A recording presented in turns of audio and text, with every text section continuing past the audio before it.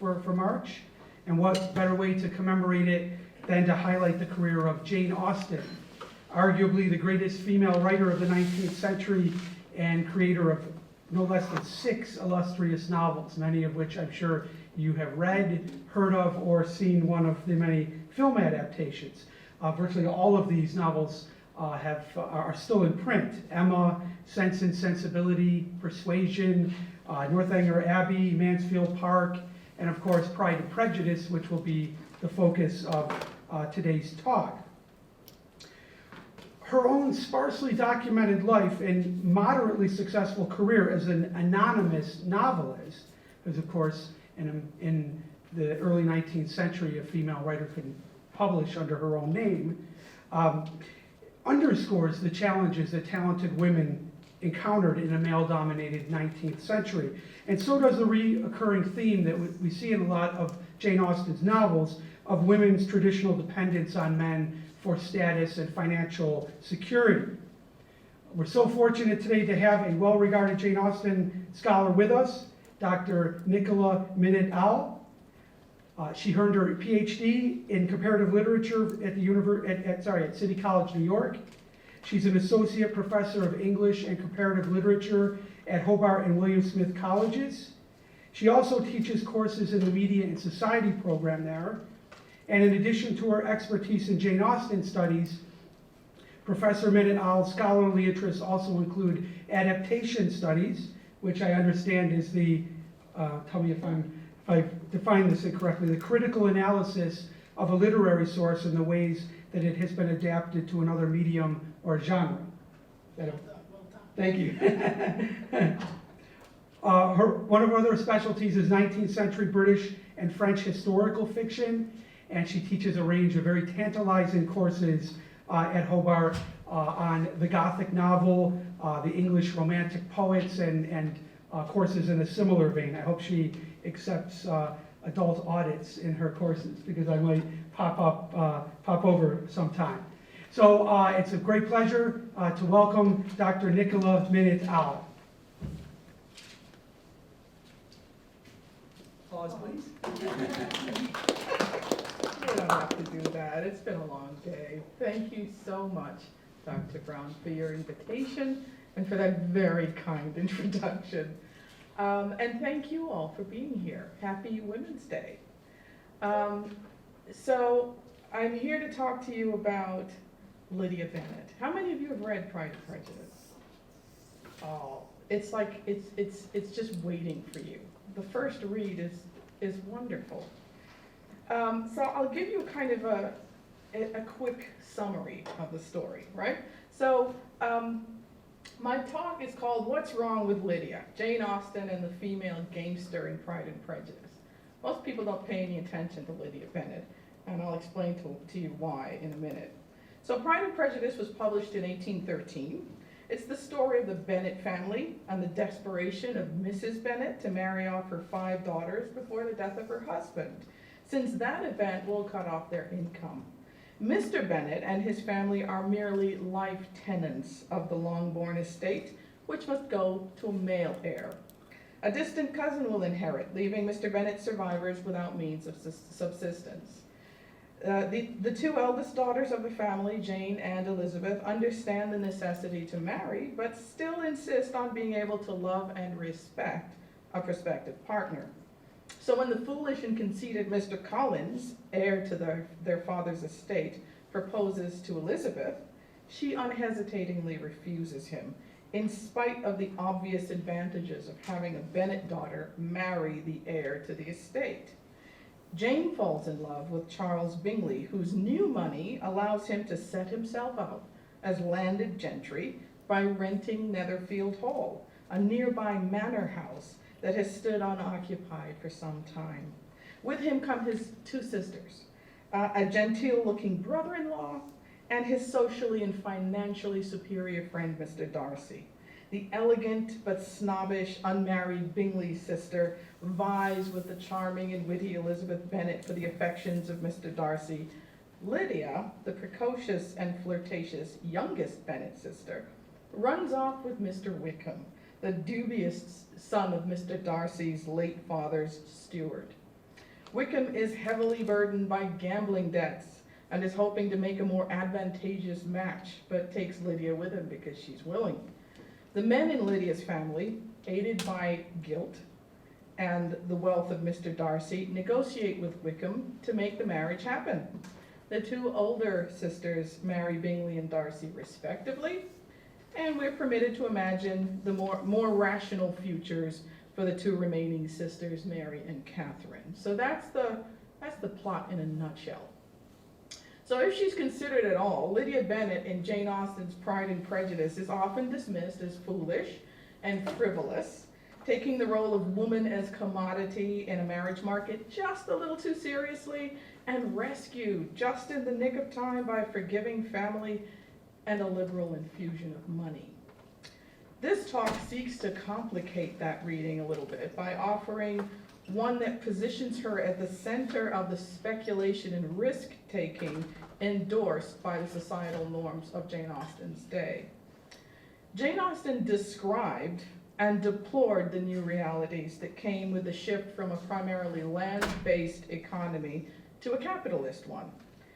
Indeed, all of her novels present the effects of this shift had on individuals that we sometimes think of as its beneficiaries. One of her strategies for doing this was to draw a parallel between business transactions, leisure activities, such as card playing, and the marriage market, implying that all three directly or indirectly involve gambling and the dehumanization of their participants, particularly women. Gambling is represented in the novel as another means of modeling the lifestyles of the landed gentry, for whom the conspicuous consumption and waste of resources and the equally conspicuous lack of vocation, as described 100 years later by the 19th century economist Thorstein Veblen, are defining characteristics. Jane Austen identified these as characteristics of the upper classes and of those seeking to enter them. She calmly strips away the comfortable fictions that justify a social and economic system that supposedly values virtue for its own sake and reveals its value of money and rank. She also reveals the hypocrisy of her society's value of the means used to obtain them, even gambling, so long as the gambler wins. What she presents are the natural consequences of transforming life decisions into a game of chance, and the people who make them into risk takers and game pieces. What is revealed is that the consequences of doing this are negative for both sexes, and particularly damaging to women. Austen scholars have debated for years whether Jane Austen was a proto-feminist or a conservative, upholding the values of her society. In my opinion, the answer is yes. She's sort of both of those things. But there's a little bit more to it than meets the eye. She's both and neither. Shrewd enough to recognize the faults of her social and historical context, she was also pragmatic enough to realize that it wasn't all negative, and that sweeping it away, even if that were possible, would create a vacuum into which all manner of undesirable changes might rush. So in her, we have a strong but very reasoned voice advocating awareness of the nature of those institutions and social mores her readers took for granted. Though not all are avid players, nearly all characters in Pride and Prejudice play card games. For instance, Jane Bennet and Charles Bingley prefer 21 to commerce, which is also known as 31. So it's like a choice between 21 and 31 card games. This shared preference, and not their dancing together, as is the case with Elizabeth and Darcy, indicates their compatibility as potential marriage partners. So they're coming together over cards instead of on the dance floor. But we learn the most about Lydia Bennet and about her society from her card playing. At the home of her middle-class Aunt Phillips, she's an enthusiastic player who shifts her attention away from her fundamental role and interest to captivate an eligible man.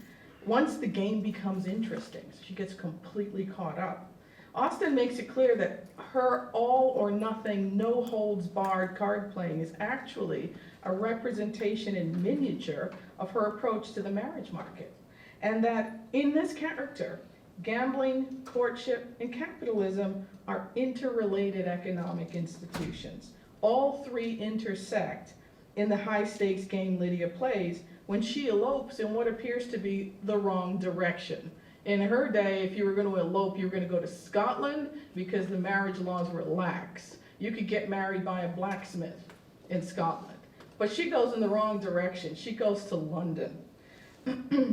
South to London rather than north to liberal Gretna Green with the rakish and debt-ridden George Wickham.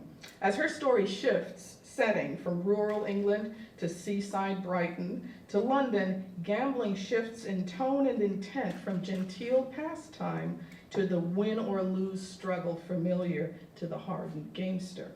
Western literature and cinema are littered with characters like this. More or less, they're mostly heroic and they're mostly male.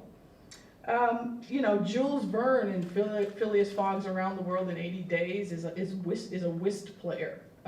He's a serious whist player, and he bets his entire fortune that he can get around the world in 80 days, in the 1870s. Bit of a challenge, right? But he's willing to stake his entire fortune that he can do this. His whist playing before and then throughout the journey, culminating in a romance with an equally whist-loving Indian princess he's rescued from the funeral pyre, right, are often more compelling than the adventures he experiences. Even Fred and Ginger have their own brush with high-stakes gambling and swing time, in which Fred Astaire plays a character called Lucky. And then there's Follow the Fleet, where they do their famous number, Let's Face the Music and Dance, which is a number about two disgraced gamblers, right, who are gonna kill themselves because they can't pay their debts. The expression "face the music," by the way, most likely refers to the custom of drumming a disgraced soldier out of his regiment. And usually you would drum a disgraced soldier out of his regiment if he committed an act of cowardice or if he didn't honor his gaming debts. So those were considered debts of honor. So if he didn't honor those, he was dishonorable, and that would be grounds for drumming him out of the regiment. So that sort of aptly sums up Lydia's defiantly flippant response to imminent sexual and social ruin. She can do what even Wickham cannot. He, after all, flees his regiment. He can't face the music because he can't pay debts of honor.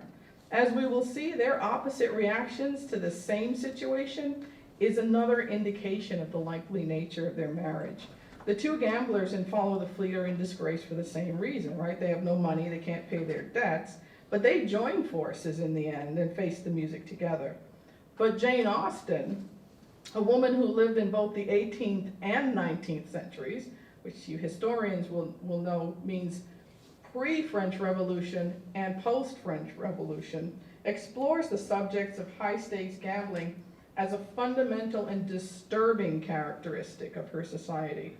The closest cinematic analog to Austen's approach in this novel may well be a film you guys have never even heard of. It's by Jean Negulesco, and it was released in 1953, and it's called How to Marry a Millionaire. Sometime when you've got time, just hang out with some friends and watch that. It'll make you throw your shoes at the TV, but it's very entertaining. Is it the Marilyn Monroe film? Huh? Is it the Marilyn Monroe film? Yes. Yeah, I have it. It's a phenomenal film. If you're looking at it as a Jane Austen scholar, it's great, because it very much mirrors what's going on in Pride and Prejudice. So in that film, you've got three women who risk their meager savings to present themselves to the world as eligible socialites, the better to attract wealthy men. Like the women in Austen's world, they'll know whether they've succeeded if they receive offers of marriage from eligible men, right? In Pride and Prejudice, Austen focuses attention on the female gambler as one who takes on extreme risk as a matter of necessity in a marriage market in which men of independent fortune are scarce, and where women, forced to be the embodiments of the wealth of the men on whom they depend, can do nothing to make a living and maintain their social status.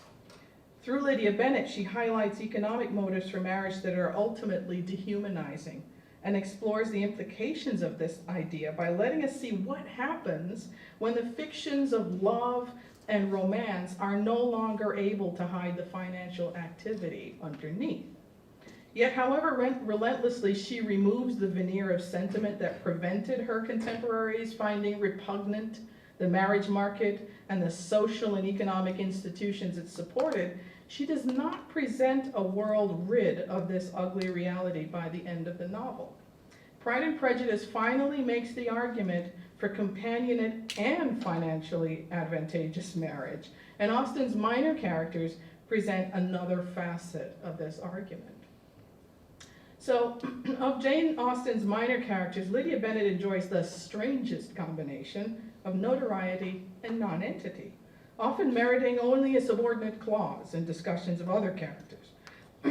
Scholars have tended to dismiss her as foolish, uncontrolled, or oversexed. One writer in an article I grant, it was published in 1962, dismisses the character as, quote, an easy mark for Wickham and apparently too stupid ever to fully grasp that she has been seduced. Who's like that? Have you ever, anyway, so that's one. And in his 1985 article, Dennis Allen devotes much more attention to this character in his study of Austen's domestication of desire in Pride and Prejudice. He says, quote, rejecting personal repression or cultural restriction of her desires, Lydia continually seeks immediate, complete gratification. Her disdain of all restraint, whether internally or externally imposed, leads to her elopement with Wickham, a synecdoche, I love that, a synecdoche of her tendency to grasp at instant, total pleasure. Yet having refused to lack anything, Lydia ends the novel unsatisfied. It is because she fails to recognize this principle that there can be finally no love for Lydia. Oh. Allen goes on to say that satisfied with her ménage in London, Lydia is singularly oblivious to the necessity of marrying Wickham. From the perspective of desire, social institutions, he says, are irrelevant. Well, this is all poppycock. Anyway, but he says, and then more recently, another scholar called Susan Greenfield says that Georgiana and Lydia, Georgiana Darcy is Darcy's sister, that she and Lydia are, quote, seduced by Wickham's lies about loving them. Yet while we learn from her brother that Georgiana has an affectionate heart, and we do learn this, and probably was seduced, Lydia's never described that way. For her, Wickham is a paragon of gentlemanly breeding, and she exults in his polish and physical prowess. Winning him would be a triumph. He's a trophy. Very appropriate, since she plays the marriage market like a card game. Greenfield quotes Lydia's fantasy about the soldiers she will flirt with in Brighton and asserts, the vivid physical detail, the camp with dazzling scarlet tents stretched forth in beauteous lines, crowds of the young and gay, is unusual for Austen, and speaks to the material basis of Lydia's near ruin. Lydia's mistake, as Greenfield says, is to imagine that her visions can become realities. In a world where women are objects, Lydia truly believes that like the master of a harem, she will sit beneath a tent and control scores of unknown men. Yet all Greenfield's quotation really reveals is that she accepts the conventions of courtship that obtained in her day. She isn't trying to control men, only to captivate one. She can only marry one at a time, right? She recognizes that her chances will improve in Brighton, where there's a camp full of soldiers. She's hedging her bets, right? But more on this later. Greenfield's remarks do touch upon the fixation on the material, the superficial, and the financial that characterizes Austen's presentation of Lydia Bennet. And so there's this notion that because Lydia Bennet is an afterthought to most scholars, that she must have been an afterthought to Austen. I'm not so sure about that. But at Hobart and William Smith, I teach a course called Jane Austen in Film. So right now we're hard at it, in the trenches, watching Pride and Prejudice in its various iterations. And Lydia comes off kind of strangely in each one of these. So I'm just going to give you a little sampling, okay, of Lydia Bennett. This is the 1940 Pride and Prejudice, if I can wake up the DVD here. And this version was a big sort of extravaganza. And I'm just going to show you a few clips from it, so you can get a sense of what Lydia's like. Can you see? Am I in the way? Okay.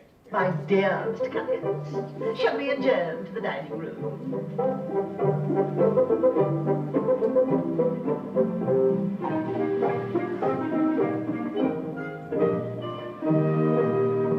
So Lydia's the one making fun of Mr. Collins there in that scene.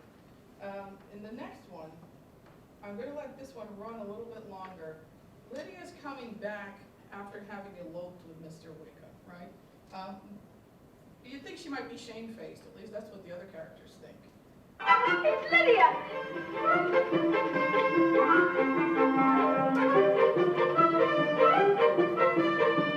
They're married! Mama! Married? Mama! Mama!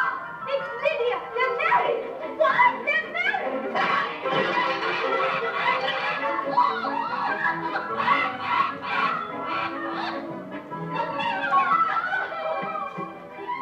Look, Mama, don't read.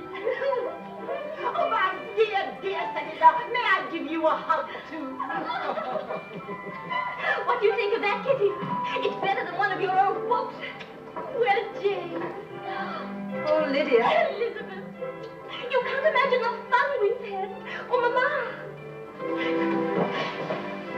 That will do for now. Did you see? We got the livery second-hand, but they're awfully smart, don't you think so? Are they your servants? We're rich, Mama. Rich? Oh, my sweetest child, rich.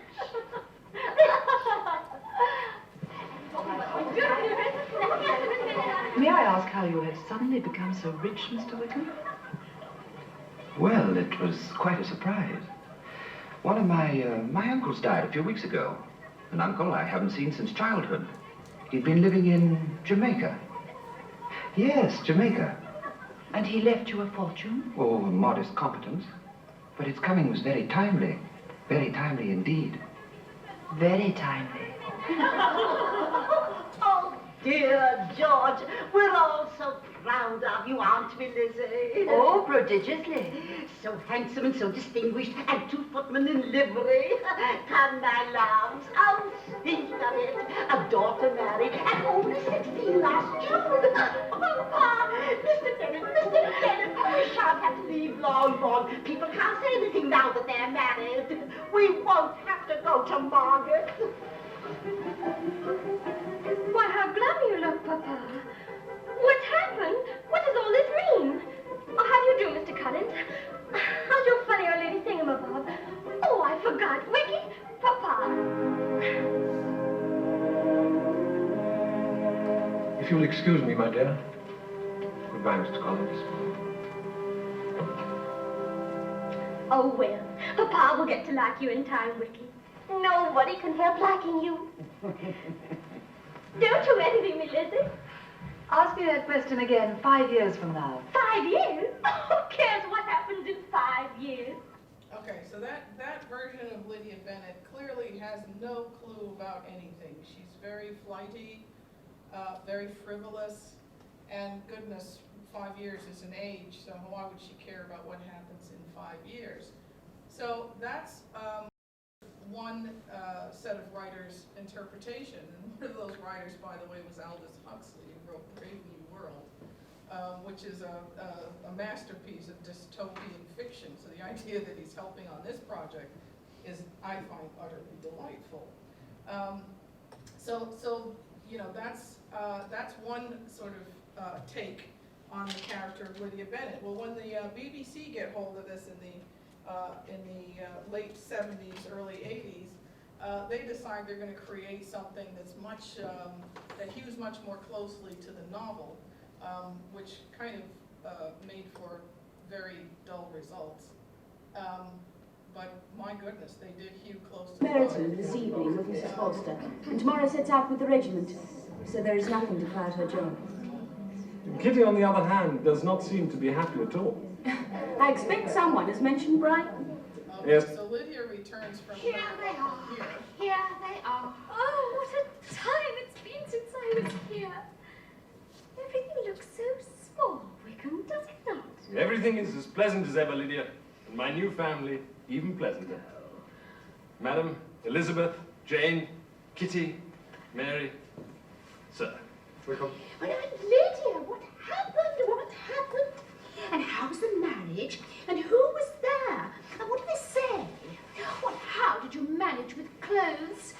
My poor Lydia. Oh, lucky, clever Lydia. Only 3 months, yet it seems like a fortnight.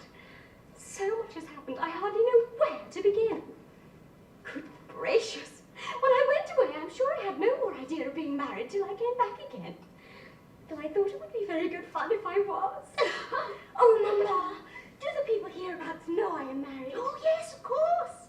I was afraid they might not. And we overtook William Golding in his curricle, so I was determined that he should know it.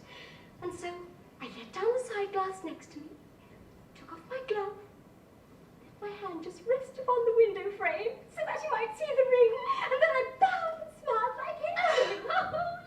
Oh, Mary, it's a shame you weren't all there. Oh, Lydia, I wanted to be there. I will tell you all about it.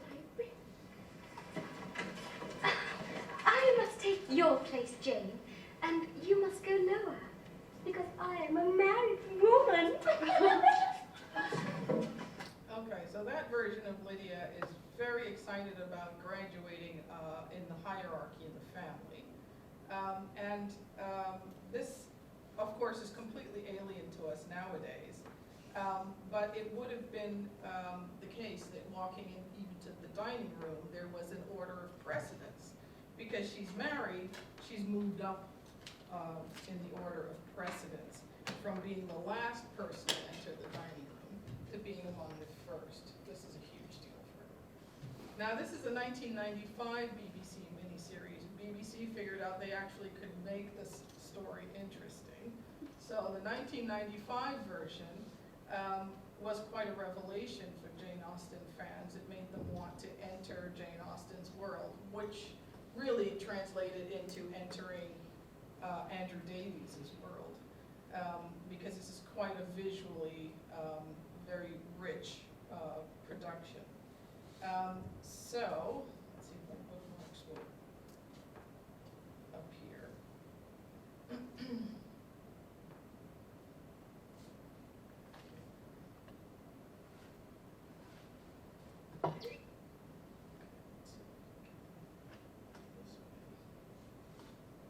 So at the point where they disappear,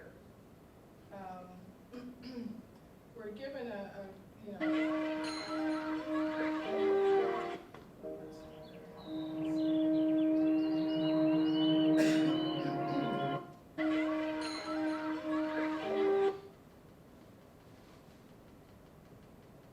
Lydia gives a discussion. She sends a letter to Kitty explaining how everything came about. That's what I'm attempting to find. Ed, you must not assume the worst. It may yet be that this is all a misunderstanding. And I'm hoping what you're noticing looking at these various clips is that much of our sense of who Lydia is filtered through the consciousness of her two older sisters. We're kind of being asked to look at Lydia through Elizabeth Bennet's eyes or through Jane Bennet's eyes, but mostly because of the way the book is narrated, it's through Elizabeth's eyes that we're looking at her all the time. So we don't get any notion of an objective view of this character at all, assuming such a thing were even possible.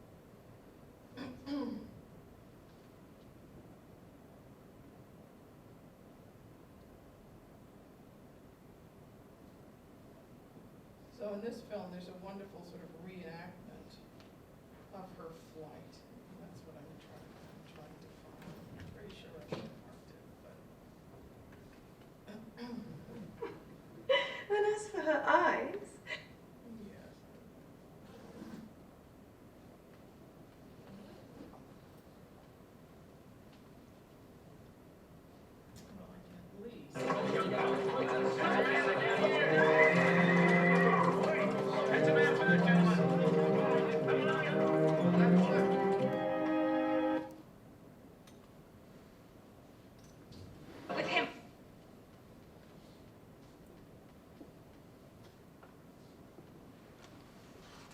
gentle with you all on. If I seem unflustered, it's because I'm accustomed to technical difficulties. Teaching adaptation studies, it becomes a way of life. Okay, so there's Lydia in her inn.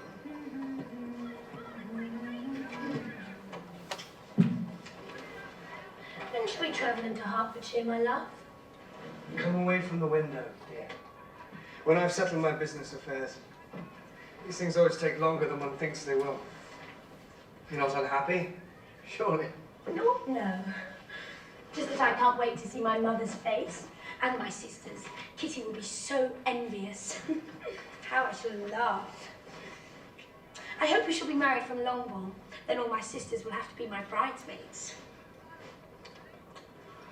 Oh, I do wish we could go out into the town and be seen at plays and assemblies. All in good time. Be patient, dear. Lord, it makes me want to burst out laughing when I think that I have done what none of my sisters has. And she's really sort of, you know, she's thrilled by this idea that she has somehow crossed into some realm that her sisters have never entered before. And then at the end, we have this wonderful triumphant Engaged to double Mr. wedding. Darcy. And in the double wedding, there's a kind of montage sequence that shows us what marriage looks like from various perspectives. He's true. And she's in there as well, so I wanted to show you that bit. So And this man and this woman in holy matrimony, which is an honorable estate instituted by God in the time of man's innocency, signifying unto us the mystical union that is between Christ and his church, and therefore is not by any to be enterprised lightly or wantonly to satisfy man's carnal lusts and appetites, but reverently, discreetly, visedly, soberly, and in the fear of God, duly considering the causes for which matrimony was ordained. First, it was ordained for the procreation of children. Secondly, as a remedy against sin and to avoid fornication.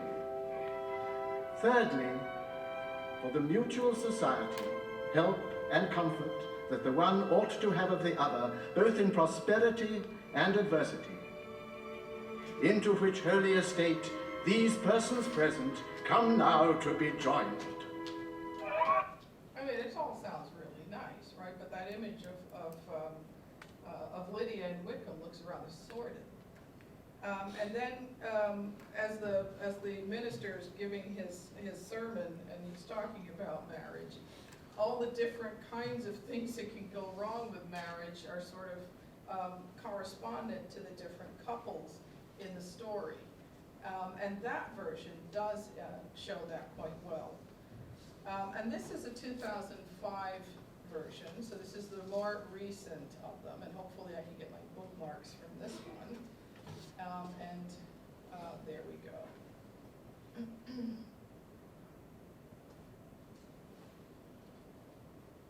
I think what I want is Lydia's return.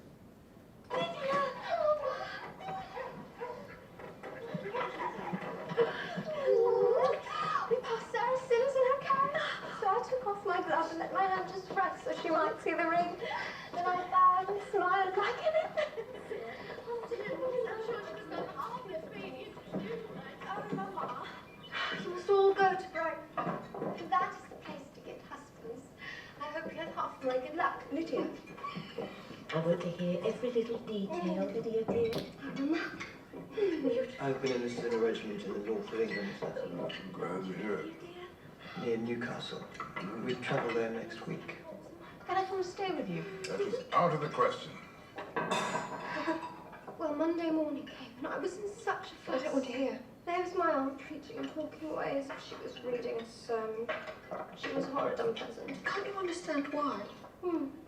But I didn't hear a word because I was thinking of my dear Wickham. I long to know whether he'd been married in his blue coat. The north of England, I believe, boasts some spectacular scenery. Lady Wickham Church and Christmas, and I thought, Who is to be our best man if he doesn't come back? Lucky he did come back, or I would have had to ask Mr. Darcy, but I don't think he'd like Mr. Darcy? Oh, I forgot. I shouldn't have said a word. Mr. Darcy was at your wedding. He was the one that discovered us. He paid for the wedding, Wickham's commission, everything. But don't tell anyone, he told me not to tell. Mr. Darcy? Stop it, Lizzie. Mr. Darcy's not as I might have seen sometimes.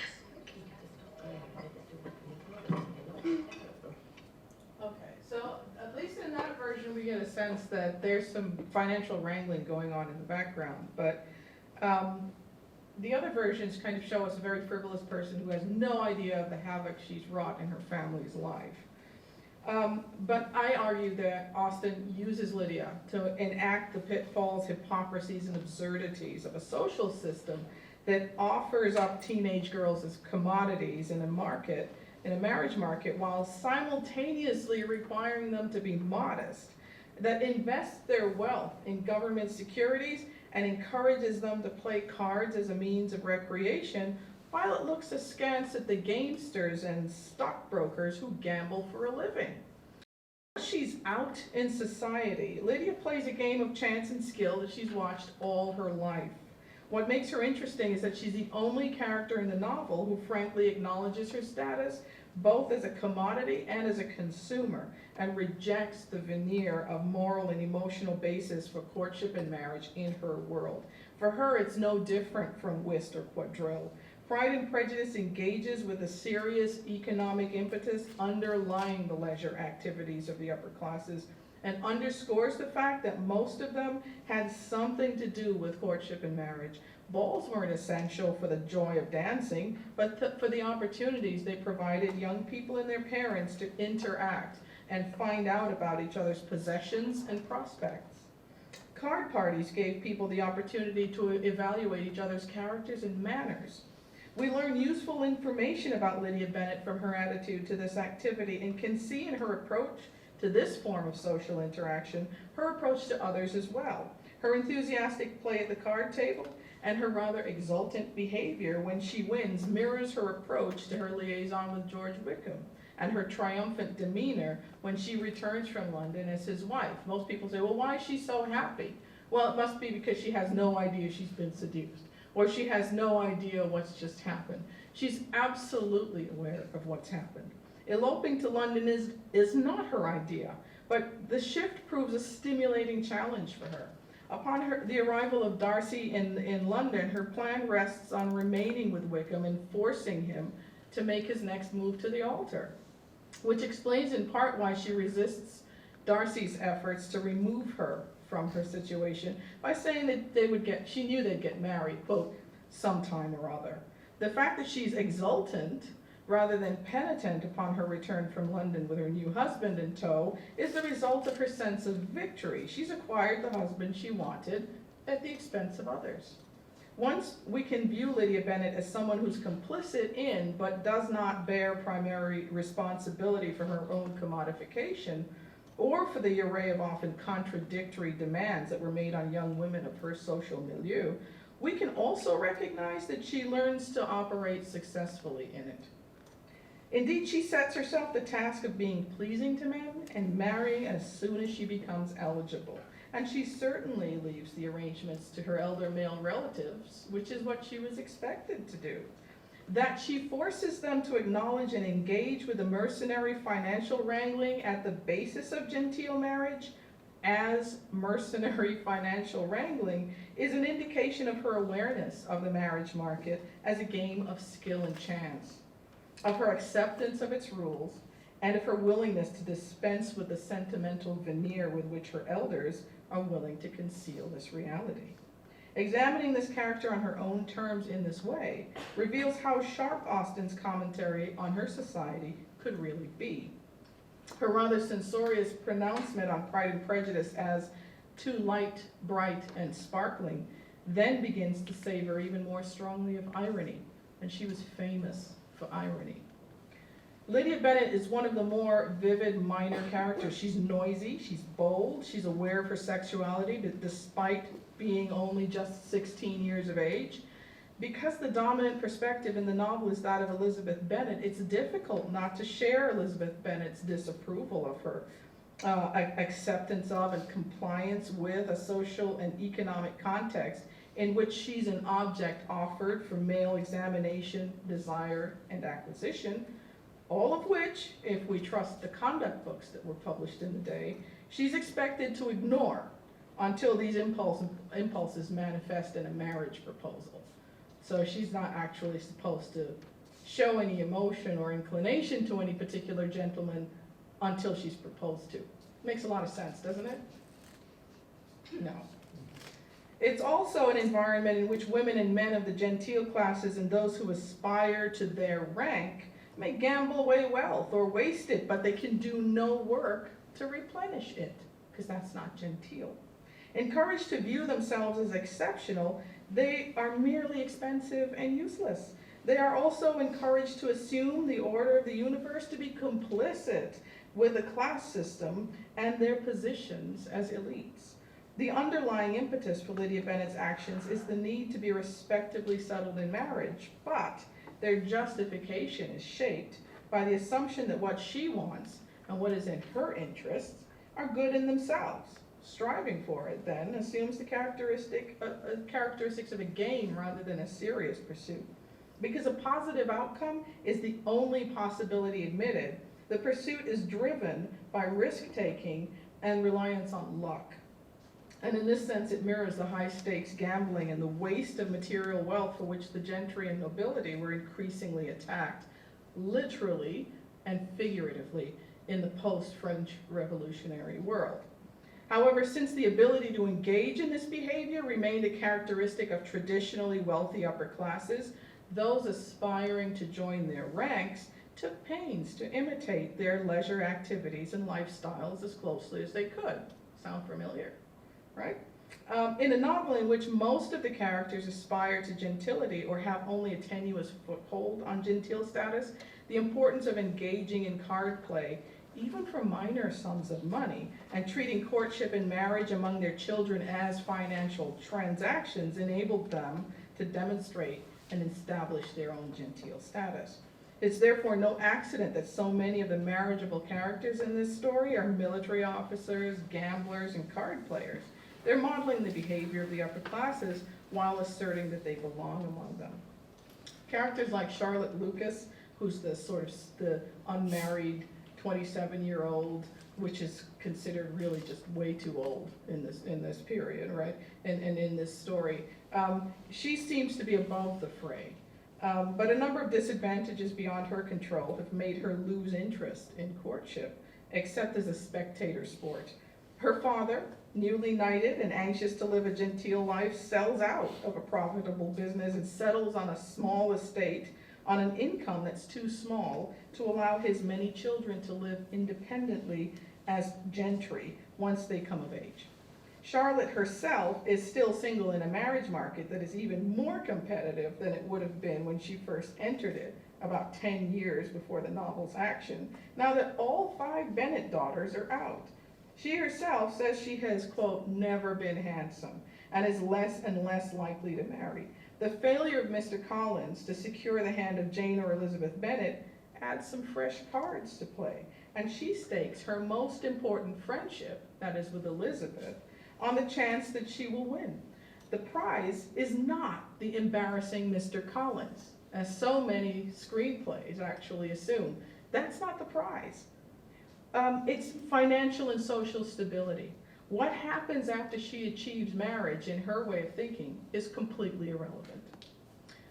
Through Charlotte Lucas and Jane Bennet, Lydia watches the simultaneous evaporation of her romantic sister's marriage prospects on one hand and the triumph of the more mercenary Charlotte Lucas, and sees that her mother's approach is the right one. Marriage is the goal. What happens after the ceremony, barring something hopelessly scandalous, see Mansfield Park, will not affect the financial or social status of the couple, and so it's hardly worth consideration. You couldn't get divorced anyway, so why are you going to think about it? So when Charlotte Lucas says happiness in marriage is entirely a matter of chance and it's better to know as little about the guy as possible, what she's essentially saying is the goal is to get married, You can't control what happens in the marriage state anyway, and you can't get out of it anyway, so why worry about what your marriage is going to be like?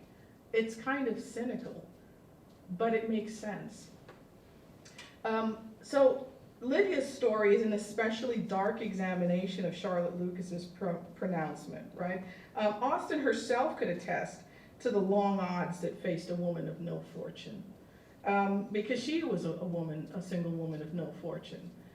She finally got proposed to when she was nearly 30 years old by the younger brother of a friend, and he was wealthy and had a lovely, great house, quite beautiful. It's in Kent, and she accepted.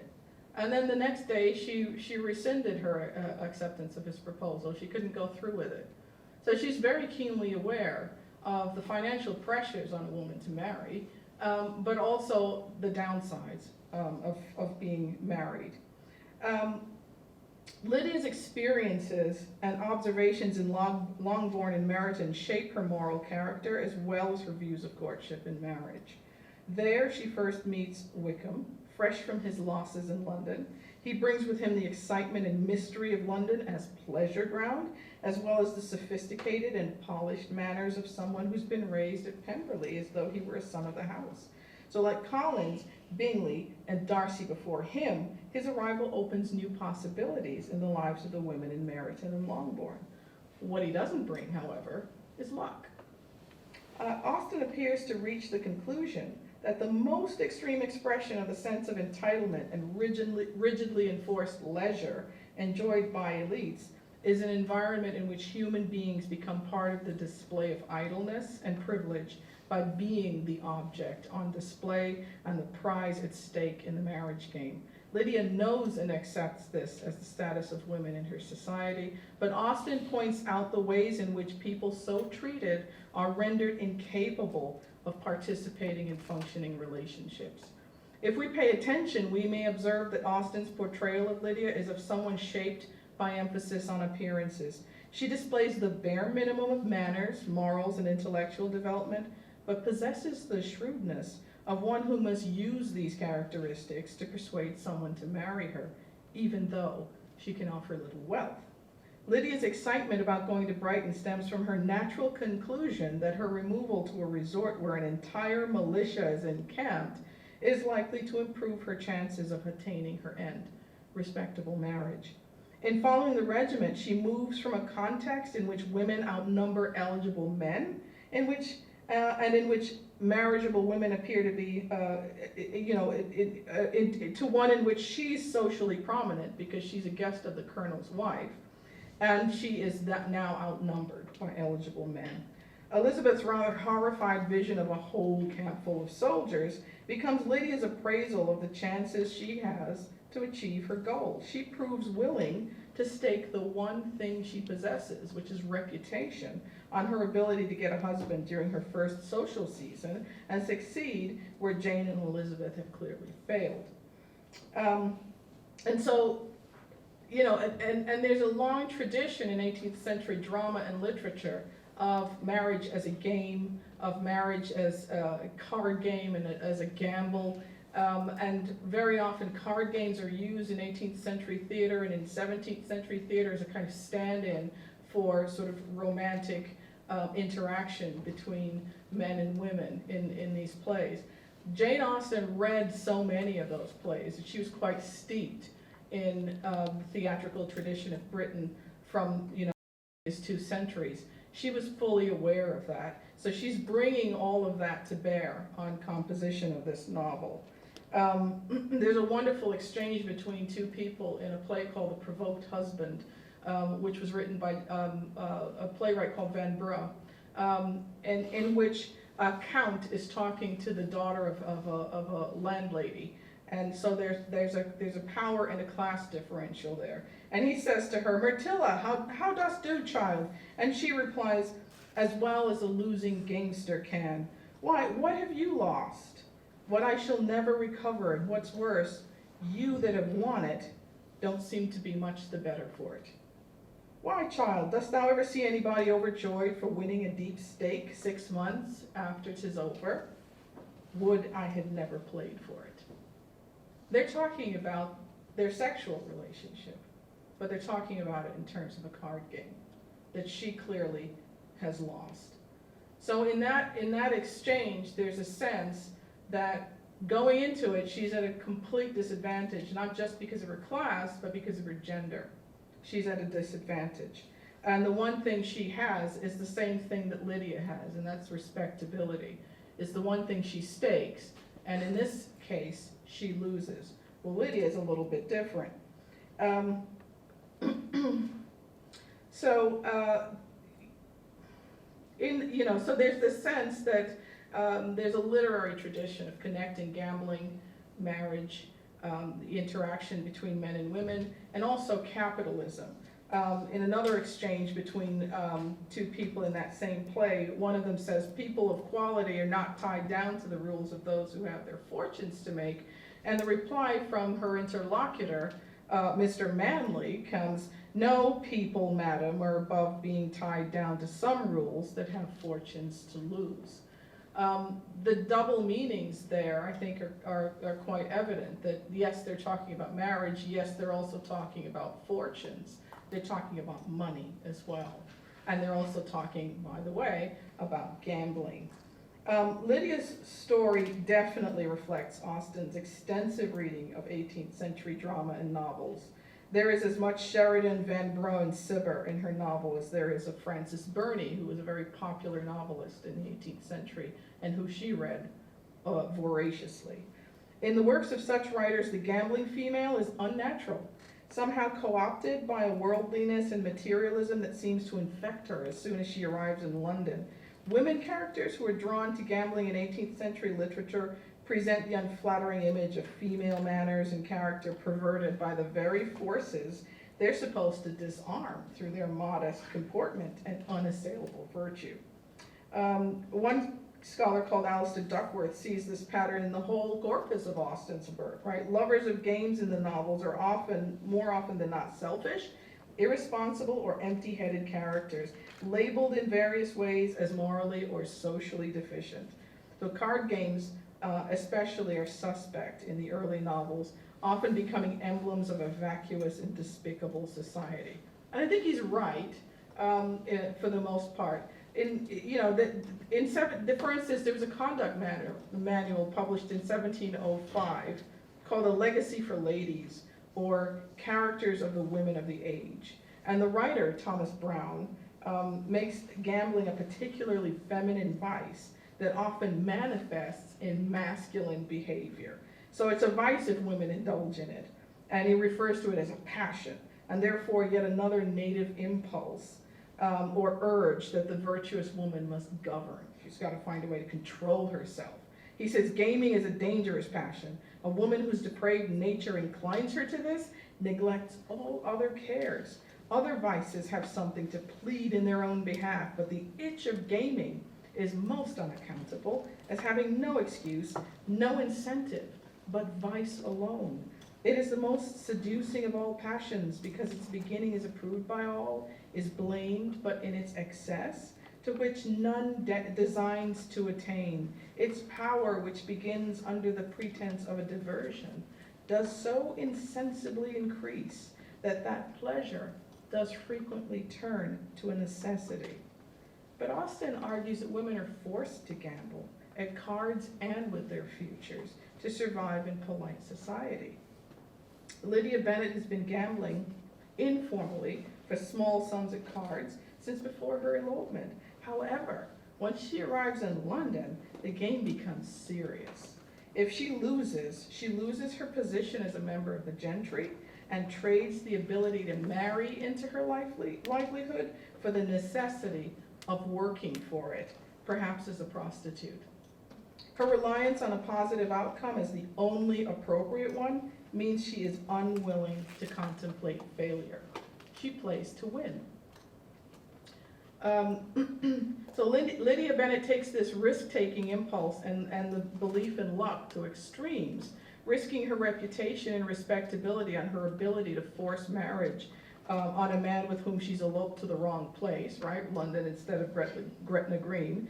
In a letter to her sister Cassandra written the year before she began the manuscript that would eventually be Pride and Prejudice, Jane Austen wrote, "Here I am once more in this scene of dissipation and vice, and I begin already to find my morals corrupted." She is right. The letter is dated from Cork Street in the somewhat newly developed Burlington estate and around the corner from Savile Row, which is Phileas Fogg's neighborhood. And frequented by Beau Brummel, a notorious upwardly mobile dandy and dissipator of wealth. According to Cassandra Austen, the epistolary novel First Impressions, which would become Pride and Prejudice, was begun in October of that year.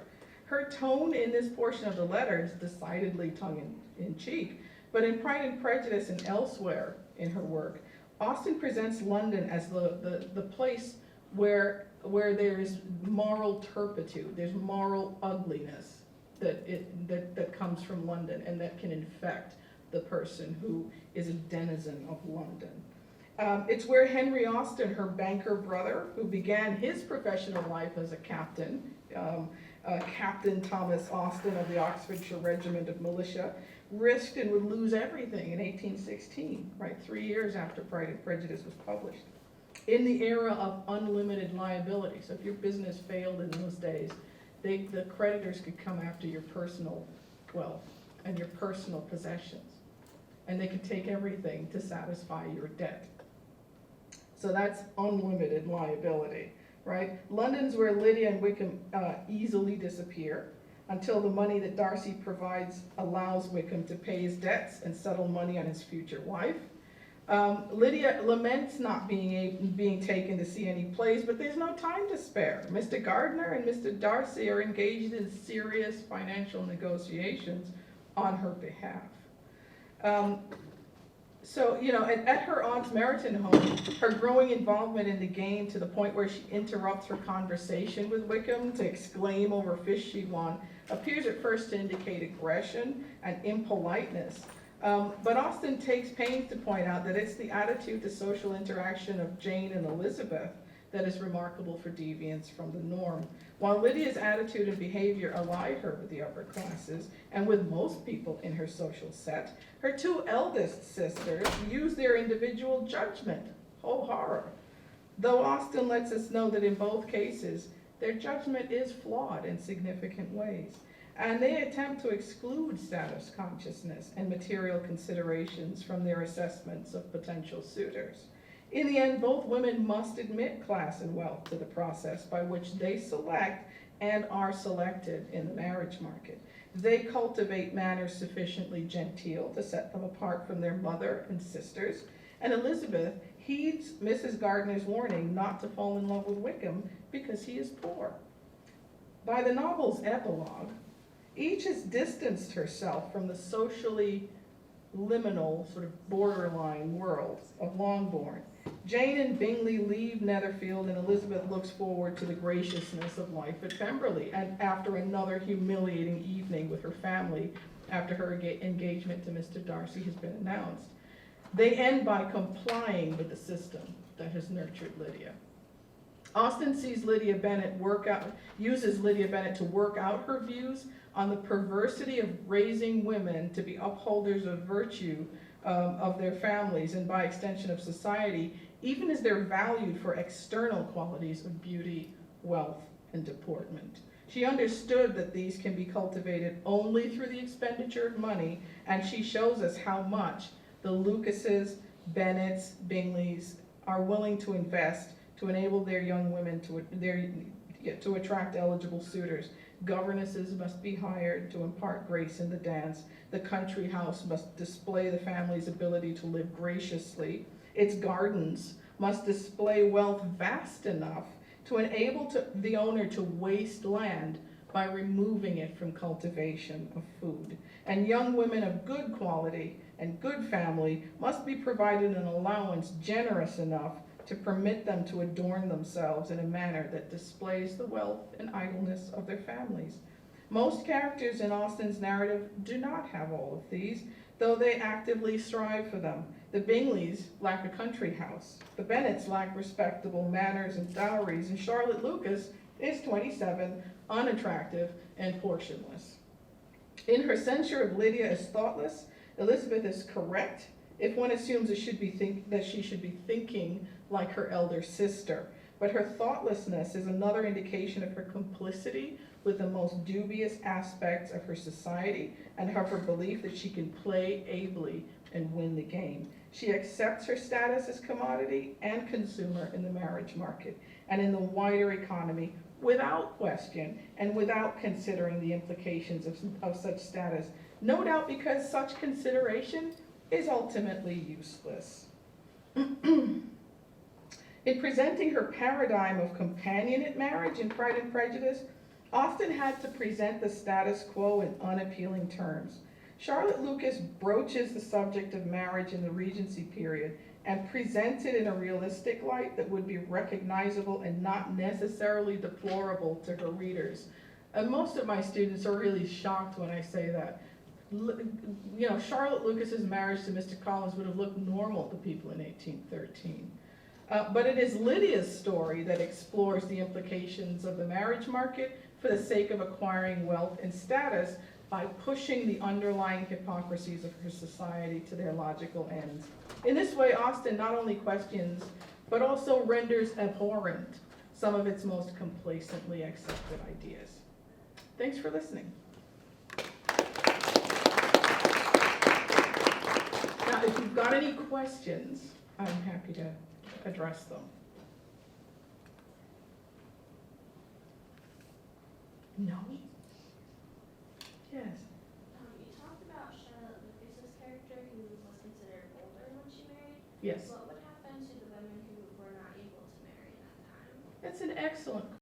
Jane Austen herself was such a woman. She was fortunate that she had a brother, Edward Austen, who could give her his cottage to live in, because both his sisters, actually, Charlotte and Jane Austen, remained spinsters throughout their lives. So he was able to provide them a cottage to live in.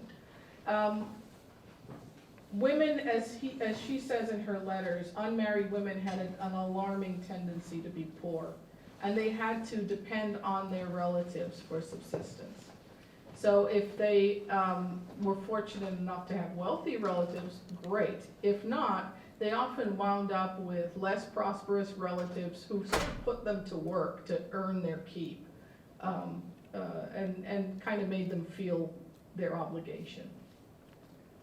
So more or less like slavery type, like not literally legit. No, but certainly that's, you know, that sort of second class status that you would have, and you're not quite, you know, you're not quite a full member of the family because you can't pay your way. We're being really gracious to provide a roof over your head, but really. Yeah, they kind of like hold them accountable for it. Yeah.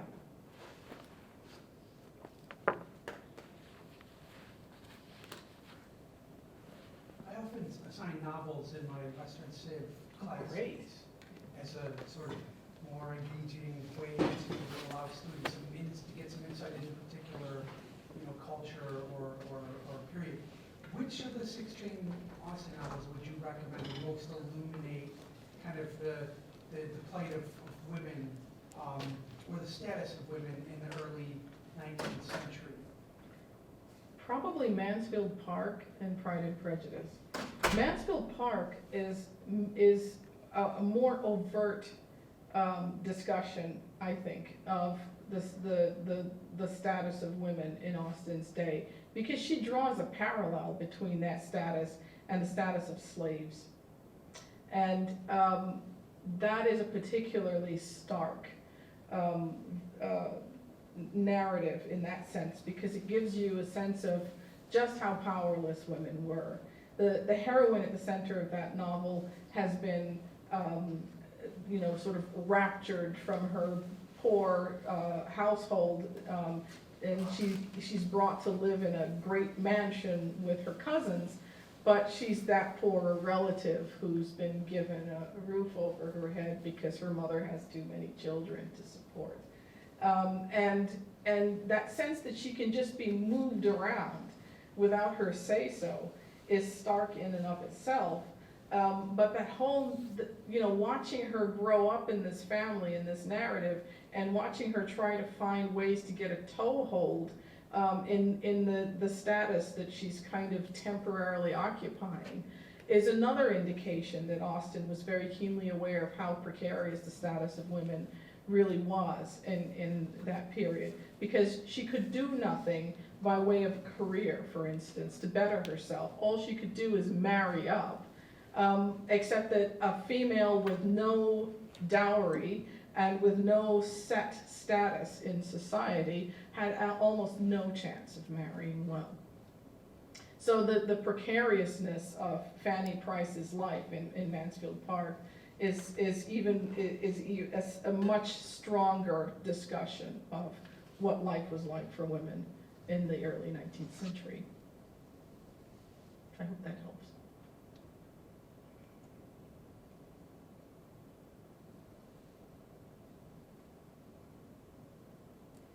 Okay. Thank you so much. Thank you for listening.